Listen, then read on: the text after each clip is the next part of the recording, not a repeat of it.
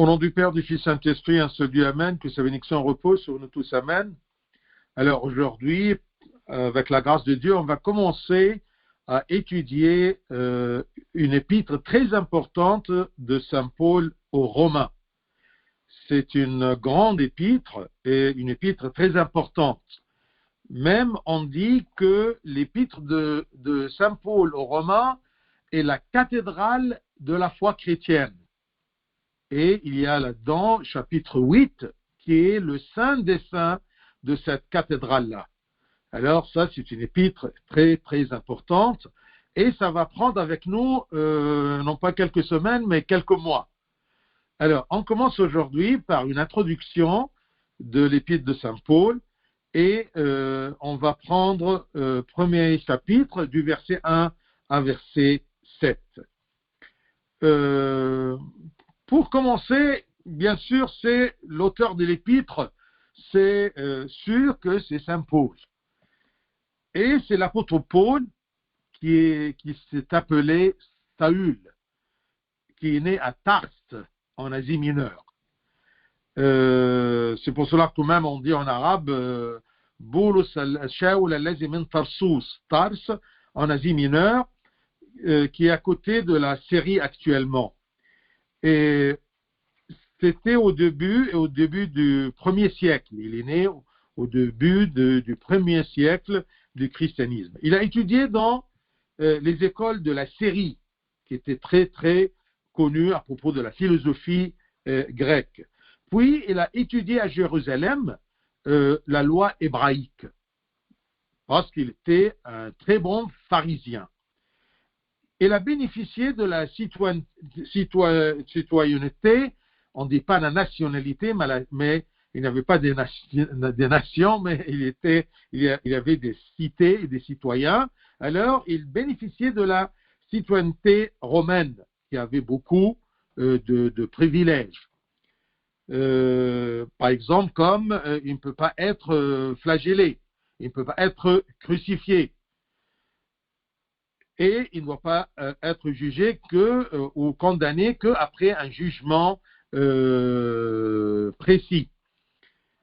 Alors, Saül, au commencement de sa vie, de sa jeunesse, étant un bon pharisien et un citoyen romain, eh bien, il a persécuté les chrétiens.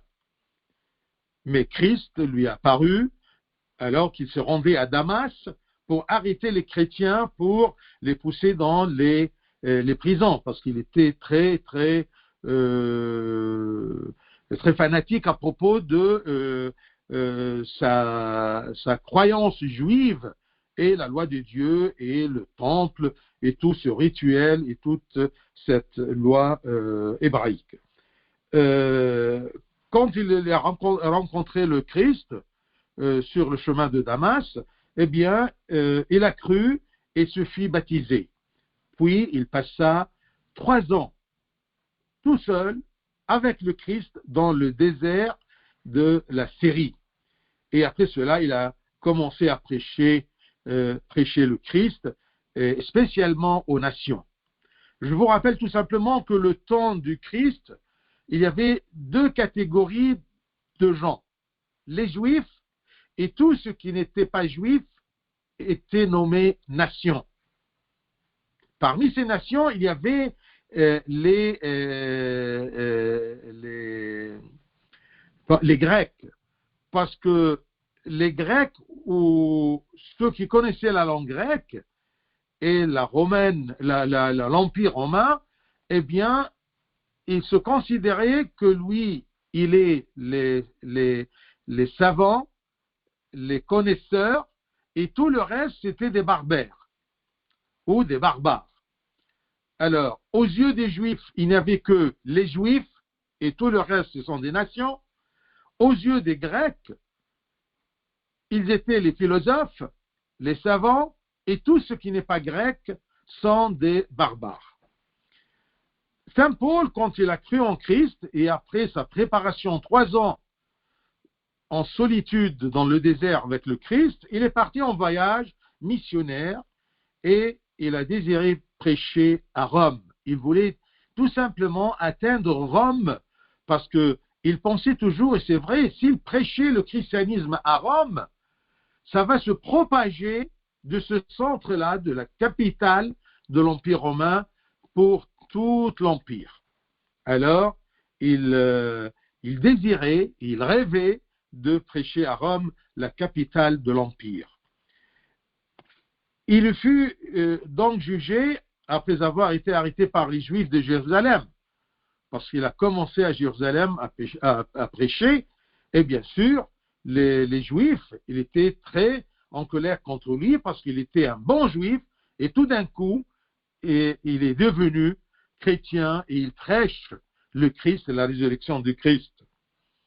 Alors, il fut arrêté par les Juifs de Jérusalem, qui tentèrent de le tuer pour avoir prêché le Christ. Après avoir prêché à Rome, transféré à Rome, et il a prêché à Rome pendant à peu près 2 ans, il fut acquitté, mais il prêcha à peu près 5 ans à Rome, et il était martyrisé à Rome en l'an 68, après Jésus-Christ, par le roi Néron. Et il a écrit, Saint Paul, il a écrit 14 épîtres, 14 lettres, c'est-à-dire plus que la moitié de le Nouveau Testament, parce que le Nouveau Testament se compose plutôt de 27. Alors, lui, il a écrit 27 évangiles et livres et épîtres. Alors, tout simplement, parmi ces 27, il a écrit Saint Paul 14, plus que la moitié. À qui cette lettre aux Romains était adressée, c'est sûrement été pour les chrétiens qui vivaient à Rome. Et Rome, comme on a dit, c'était la capitale de l'Empire, c'est-à-dire le centre de ce monde, le temps du Christ. Il y avait environ 1 million de citoyens à Rome, dont une importante communauté juive. Donc à Rome, imaginez la grandeur de cette ville, que le temps du Christ, il y a 21e siècle, eh bien, il y avait 1 million de citoyens romains, autres que les étrangers qui passaient, les commerçants, et il y avait une importante communauté juive. Le christianisme s'est propagé par les Juifs qui ont cru au jour de la Pentecôte à Jérusalem. Ils sont retournés à Rome.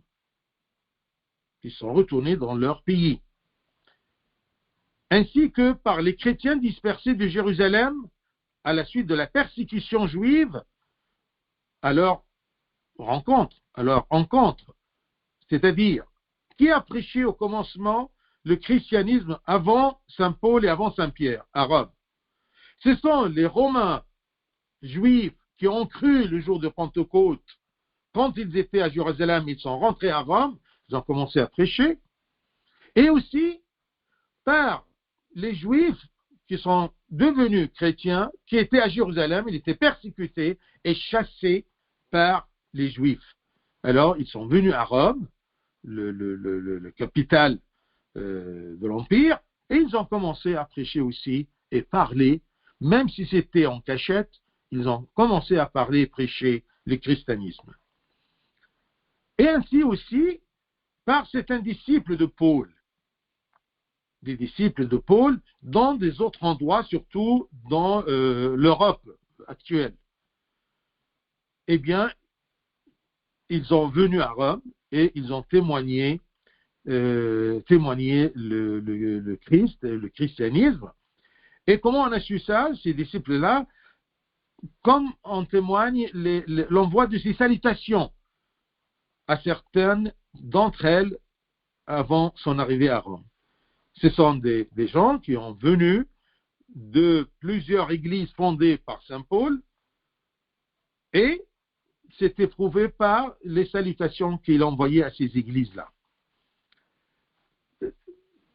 Par occasion, je veux noter une petite chose, c'est que certains pensent que l'apôtre Pierre est celui qui a fondé l'église de Rome en l'an 41 après Jésus-Christ. Et bien sûr, historiquement, c'est une erreur. Car il était dans les années 40 entre les années 40 et 50 à Jérusalem. Saint-Pierre était dans les années 40-50 à Jérusalem. Le christianisme a été fondé à Rome vers les années 41, entre 40 et 50, comme le mentionne la Bible. Donc Saint-Pierre n'est pas arrivé à Rome avant les années 50. De même, Paul ne l'a pas salué dans la lettre à Rome. Si il était arrivé à Rome avant Saint-Pierre, sûrement dans son épître aux Romains, il aurait salué Saint-Pierre. Car s'il en avait été vraiment l'évêque, il devrait le saluer. Il lui aurait adressé un salut avant tout. Et en plus, lorsque Paul est arrivé à Rome dans les années 62 après Jésus-Christ, il a passé là-dedans 2 ans. Et les Juifs sont venus vers lui. Il n'a pas rencontré jusqu'à le commencement des années 60 Pierre à Rome. Donc celui qui a commencé la prédication apostolique à Rome, c'est Saint Paul et ensuite Saint Pierre. Quel est le lieu et la date de l'épître? Eh bien, elle a été écrite en l'an 58 après Jésus-Christ. Il l'a écrit, sûrement non pas à Rome, mais ailleurs. Donc, il l'a écrit à Corinthe, l'année 58. Avant sa visite à Rome, en l'an 62. C'est-à-dire, l'année 58, à peu près, il a écrit une épître pour les Romains à Rome, et il est passé à Rome pour les voir et pour fonder l'Église dans l'année 62, 4 ans plus tard. Quels étaient les objectifs et les points principaux dans cette épître? Il parlait de quoi? Eh bien, cette épître nous enseigne, nous aujourd'hui, et enseignait dans le temps les chrétiens à Rome et même les Juifs qui cherchaient à connaître le christianisme à Rome, il enseignait la foi apostolique, révélée par Dieu et transmise par les témoins et les apôtres et Saint Paul. Vous voyez? Donc c'est ça l'objectif principal. C'est la foi apostolique. On croit en quoi? Un chrétien croit en quoi? Et c'est ça ce qu'on appelle la foi droite, la bonne foi, la foi apostolique, la foi reçue par les pères apostoliques, par les apôtres. Et cette foi-là, l'ont reçue par Dieu, parce que c'est Dieu qui leur a révélé cette foi. Alors, pour enseigner la foi apostolique, premier point important, souligné dans cette épître-là, c'est que Saint Paul, il expose le besoin de tous les êtres humains, qu'ils soient juifs ou païens. Leur besoin d'être justifiés par le Christ. Justifiés au Dieu du Père par le Christ. Tous les êtres humains ont besoin de ceci. 1. 2. Il nous explique comment une personne obtient-elle la justification et les bénédictions ou les fruits de cette justification dans sa vie. Chacun, comment il est justifié, comment il obtient cette justification-là, et comment il pratique les fruits de cette justification dans sa vie. 1. Besoin de la justification. 2. Comment la personne est justifiée et profite pratiquement des fruits de cette justification. 3. Le rejet de la foi par de nombreux juifs d'une façon temporaire. Il déclarait toujours que ces enfants de Dieu, ce peuple ancien de Dieu, qui a rejeté la foi en Christ, la foi en Messie, le vrai Messie attendu, c'était quelque chose de temporaire. Mais certaines d'eux reviendront à la foi en Christ après que toutes les nations auront accepté la foi. C'est-à-dire, Dieu a choisi son peuple, les Juifs, pour qu'ils commencent à croire en Christ. Ils l'ont refusé. Il s'est dirigé vers les nations pour les faire rentrer dans la foi chrétienne, dans le mérite de la justification du Christ, et ensuite, ça sera le tour du reste des Juifs qui vont retourner au Christ en sachant qu'il est le vrai Messie. Donc, un besoin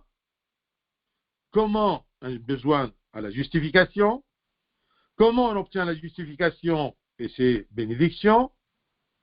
Il y a des Juifs qui vont refuser, beaucoup de Juifs qui refusent le Christ et la foi en lui, mais après les nations qui rentreront dans la foi chrétienne, les Juifs vont rentrer.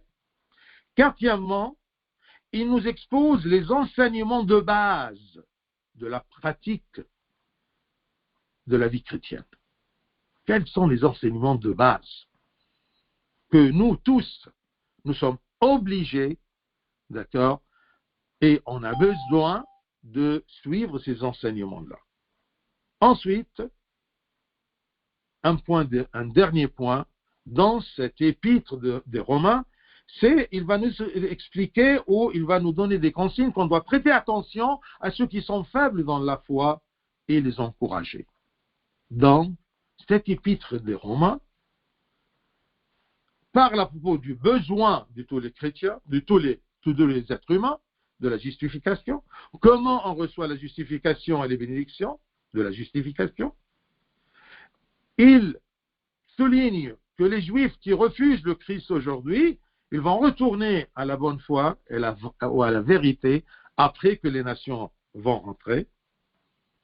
Les enseignements de base de la vie chrétienne pratique et l'encouragement de ceux qui sont faibles dans la foi, parce que nous ne sommes pas tous au même niveau de la foi. De ces points principaux, on doit détecter les sections ou les parties de cet épître-là. Alors, ça sera bien sûr, premier chapitre, une bénédiction apostolique, comme d'habitude, il se présente, il salue les gens. Il parle à propos du besoin de toute l'humanité d'être justifiée, chapitre de 2 à 8. Ensuite, Dieu a choisi les nations ainsi que les Juifs qui l'ont rejeté, mais ils se repentiront à la fin des jours. Et ça sera dans les chapitres 9-11. Les commandements pratiques et basiques seront dans le chapitre du chapitre 12 à 15. Et à la fin, chapitre 16, ça sera l'encouragement des faibles, d'où on voit la paternité de Paul et ses salutations à ses proches. Ça, c'est en gros l'épître des Romains. On va apprendre de la source. Quelle est la foi apostolique? En quoi croit-on? Alors, pour commencer, on va prendre première partie du chapitre 1, du verset 1 à 7. Nous lisons ensemble. Paul, serviteur de Jésus-Christ, appelé à être apôtre, mis à part, c'est choisi, pour annoncer l'évangile de Dieu, qui avait été promis auparavant de la part de Dieu, par ses prophètes dans les Saintes Écritures, et qui concerne son Fils, né de la postérité de David selon la chair, et déclaré, tout ça, il parle à propos de l'évangile annoncé par Saint Paul, qui est considéré comme apôtre, qui concerne son Fils, né de la postérité de David selon la chair, et déclaré Fils de Dieu avec puissance, selon l'esprit de sainteté, par sa résurrection d'entre les morts, Jésus-Christ, notre Seigneur. Il y a toujours ici, dans cet épître et dans les écrits de saint Paul, beaucoup de prépositions, par, de, en, parce que, ainsi de suite. Jésus-Christ notre Seigneur, par qui nous avons reçu la grâce et l'apostolat pour amener en son nom à la jouissance de la foi tous les païens, parmi lesquels vous êtes aussi, vous qui avez été appelés par Jésus-Christ. À tous ceux qui à Rome sont bien-aimés de Dieu, appelés à être saints, que la grâce et la paix vous soient données de la part de Dieu notre Père et du Seigneur Jésus-Christ. Gloire à lui éternellement. Amen. Alors ça, c'est la première partie de cet épître-là. Paul, serviteur de Jésus-Christ, appelé à être apôtre, mis à part, choisi, pour annoncer l'évangile de Dieu. Ici, il s'annonce. Qui est-ce? C'est Paul, le serviteur de Jésus-Christ, le serviteur volontaire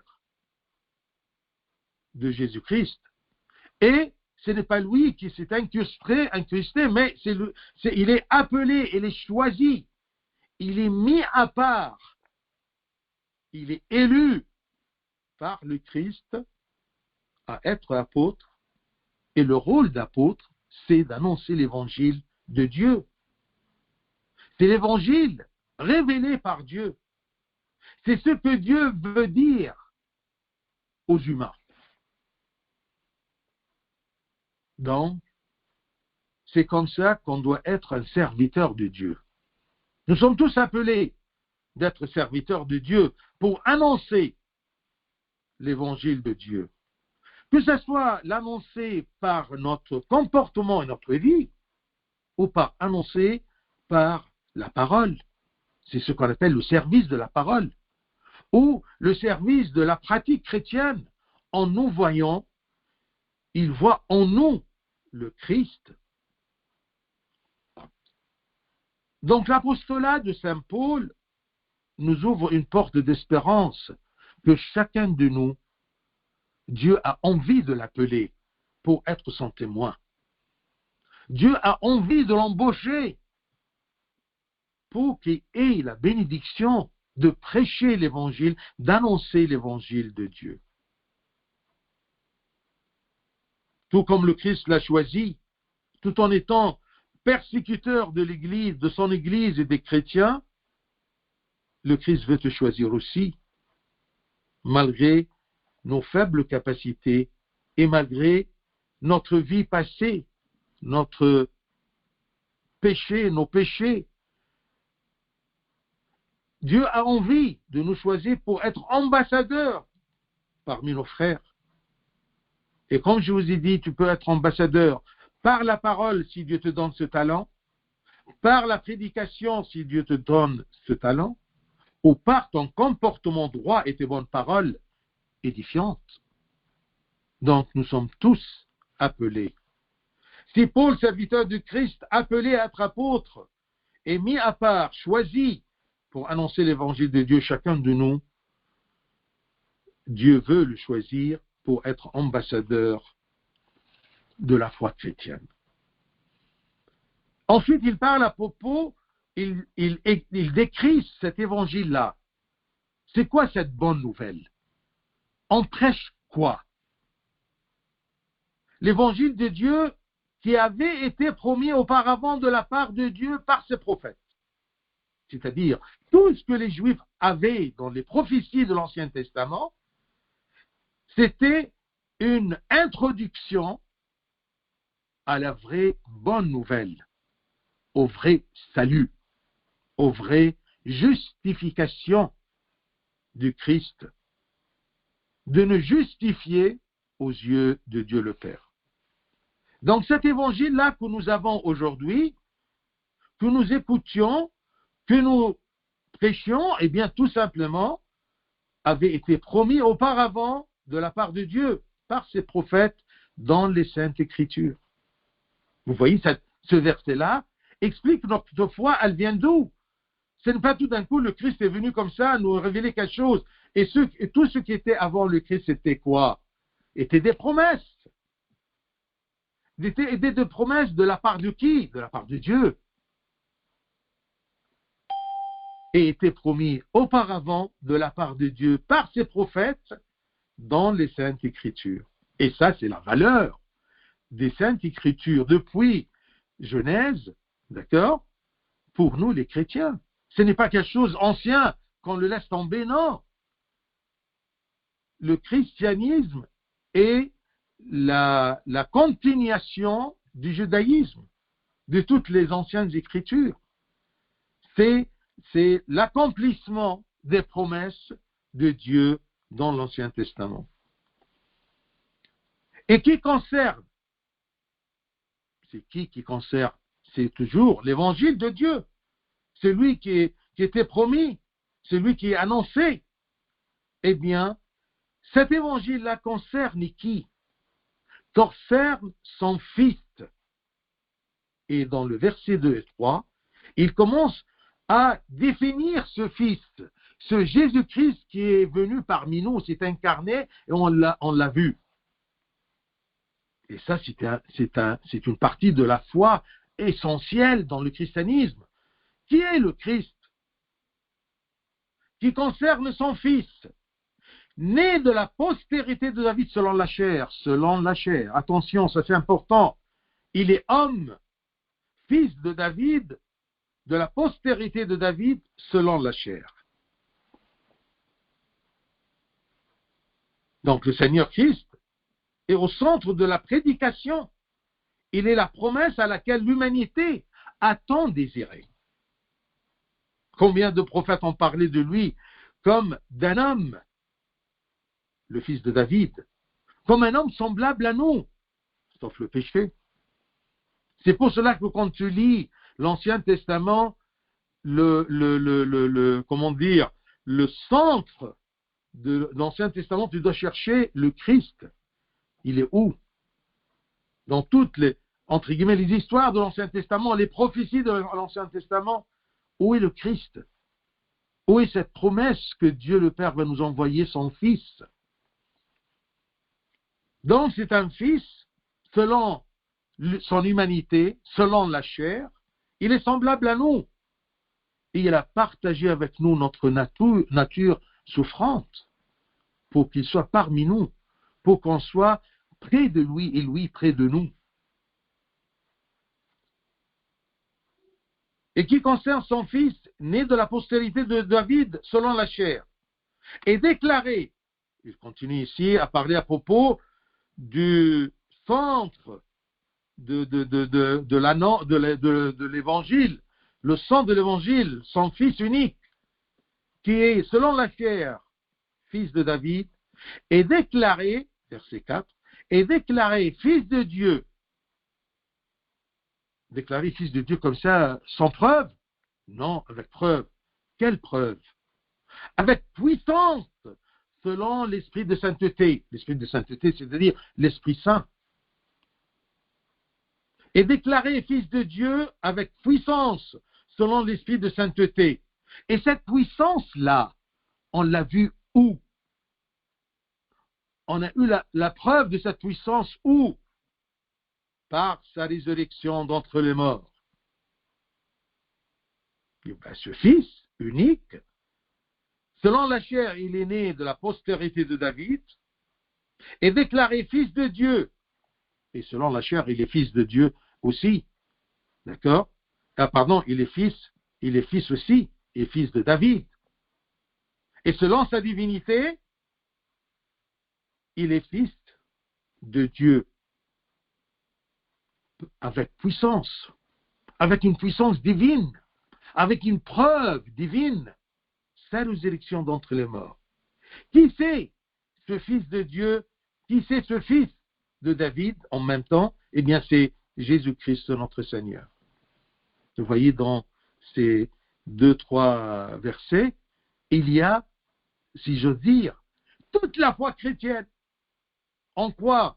on croit en Jésus-Christ, notre Seigneur, qui est fils de David selon la chair, et fils de Dieu avec puissance, et selon le Saint-Esprit, par sa résurrection d'entre les morts. Par la résurrection du Christ d'entre les morts, il nous a été révélé avec force et clarté qu'il est aussi le Dieu vivant, qui est ressuscité des morts par lui-même, par la puissance de sa divinité. Tout ça, c'est l'Esprit Saint qui nous a révélé, qui nous a éclairé, qui nous a appris en œuvrant en nous pour qu'on arrive à comprendre cette déclaration que comment Jésus-Christ est complètement homme sans péché et complètement Dieu avec sa divinité.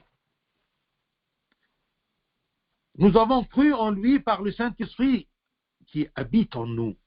L'Esprit Saint que nous avons reçu comme le plus grand don par le sacrement de confirmation, le maïroun, après le baptême.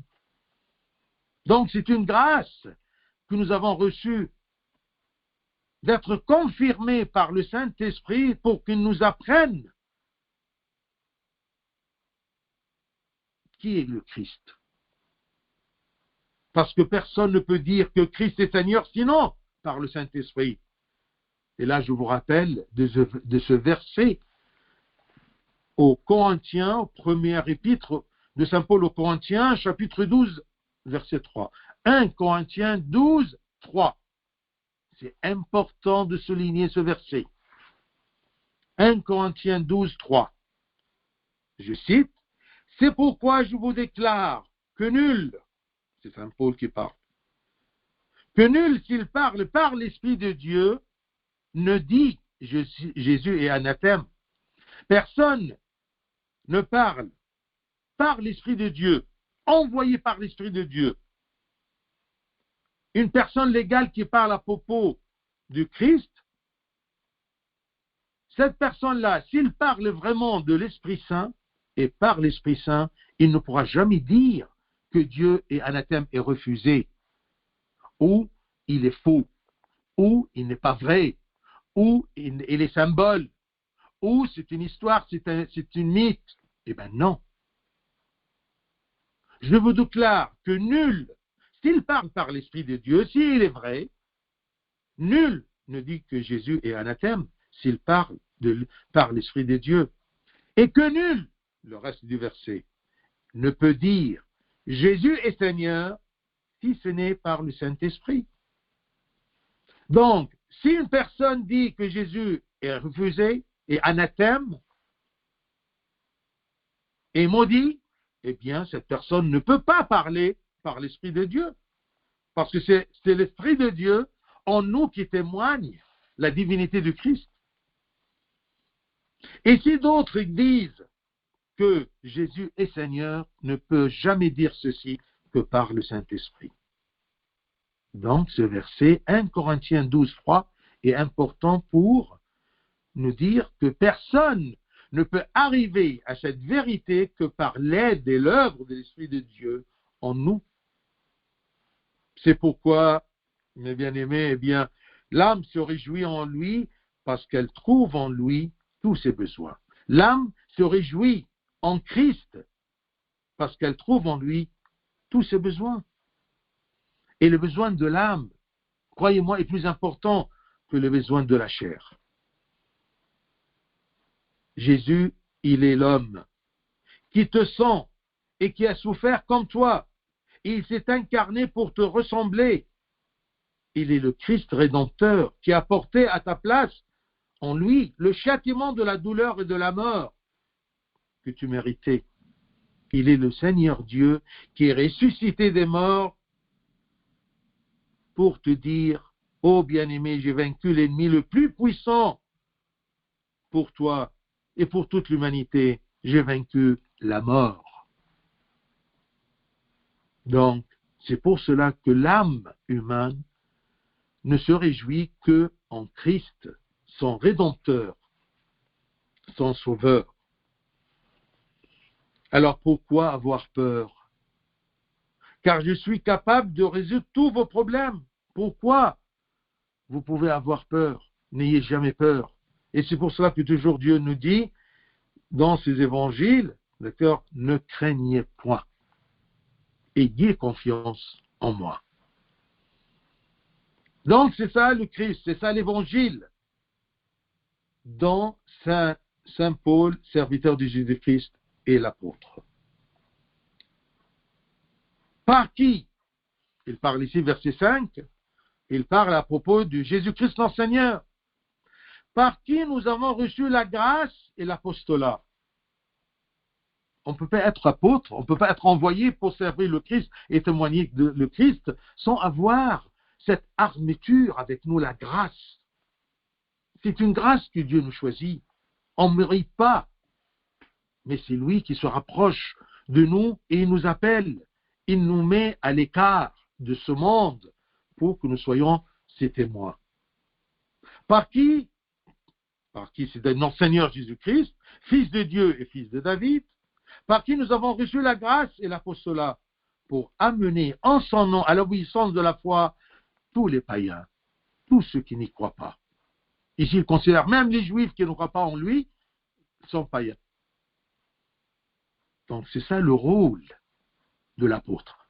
Le rôle de tous les serviteurs de Dieu, de tous les chrétiens, c'est avoir une grâce et avoir cet apostolat pour amener en son nom, par son nom, par la force de son nom, pour amener à l'obéissance à la foi tous les païens, tous les incroyants. C'est ça le rôle d'un chrétien. De la foi, tous les païens, parmi lesquels vous êtes aussi, vous qui avez appelé par Jésus-Christ.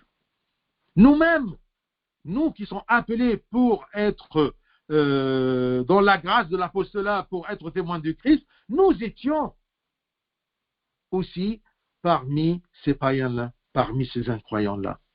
Et surtout, nous les Coptes, nous les Égyptiens, les descendants des pharaons, nous sommes des païens, parce que nous, on ne descend pas de la postérité juive. Nous sommes des nations qui ont cru en Dieu, et la porte s'est ouverte pour nous, même avant le peuple choisi de Dieu dans les Écritures. Le Seigneur Christ a offert la grâce de la rédemption à toute l'humanité, non pas par mérite en nous, mais à cause de son amour pour nous, puisque sans plaisir, comme c'est écrit, son plaisir est avec les enfants d'Adam. En arabe, il dit Lazzeti fi bani Adam. D'accord? Il se réjouit en soyant parmi les enfants d'Adam. Donc, le Christ a choisi les apôtres pour appeler toutes les nations à accepter les vérités de la foi, les valeurs de la foi, les réalités de la foi, avec une obéissance et une soumission totale du cœur. Parce que sinon, on ne peut pas suivre ce que l'Esprit de Dieu nous dit dans notre cœur. Parmi lesquels vous êtes aussi, vous qui avez été appelés par Jésus-Christ. Il parle aux Romains, verset 7, à tous ceux qui, à Rome, sont bien-aimés de Dieu. Tous ceux qui sont à Rome et tous ceux qui sont dans le monde entier aujourd'hui, même les méchants, même les pécheurs, ils sont les bien-aimés que Dieu veut bien qu'ils connaissent la vérité et qu'ils soient amenés vers lui et vers l'obéissance de la foi par nous, les témoins de Christ, les disciples de Christ, les enfants de Dieu. À tous ceux qui à Rome sont bien-aimés de Dieu, appelés à être saints.